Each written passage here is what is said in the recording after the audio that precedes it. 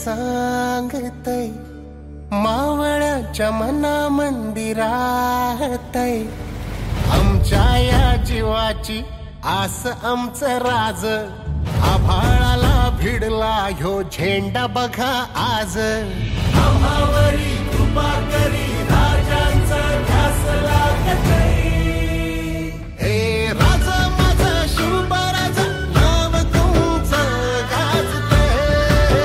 या 110 कोटी रुपयाच्या रस्त्याचं भूमिपूजन झालं असं मी प्रथमतः जाहीर करतो।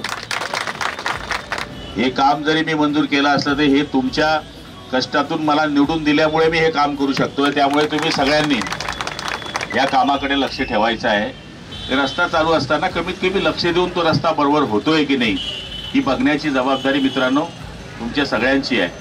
आणि हा प्रमुख रस्ता आहे, हा डायरेक्ट जामनेर पासून टू चोपड्यापर्यंत पुढचा पीस पण चंदूअण्णांनी जवळपास 250 कोटी रुपयाचा मंजूर केला आहे, तो उमरटीपर्यंत आहे। म्हणजे हा रस्ता डायरेक्ट चोपड्यापर्यंत काँक्रिटीकरण होणार आहे। म्हणजे आपल्याला जे चोपड्याला जायला जो त्रास होतो तो त्रास आता पुढच्या काळामध्ये या ठिकाणी कमी होणार आहे। अख्ख्या गावाचा जो मोठा इश्यू आहे तर ते दवाखान्याचं काम पण आपण सुरू करतोय आणि ते जवळपास 25 कोटीच्या वरती तो दवाखान्याचा हॉस्पिटलचं काम आहे। त्याच्यामध्ये आपण डायलिसिसची सुद्धा 5 मशीन मंजूर करून घेतलेले, म्हणजे एकदम अत्याधुनिक हॉस्पिटल करण्याचं काम हे आपण धरणगाव शहरामध्ये एवढ्या 15 दिवसामध्ये सुरू करतोय। आणि 100% ते काम करण्याकरता सगळ्यांनी लक्ष देण्याची गरज आहे।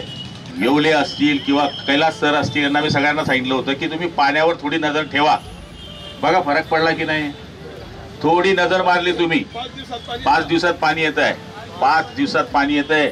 याचं कारण थोडं आपल्या कार्यकर्त्यांनी जरी आपण लक्ष ठेवलं ना, राखणदार सारखं नुसतं शेतामध्ये लक्ष ठेवलं तर तण वाढत नाही।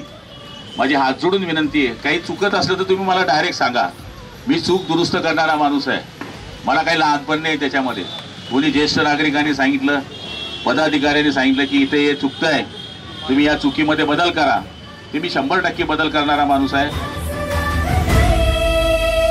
हे राज माझं शिवबराज नाव तुमचं गाजतय।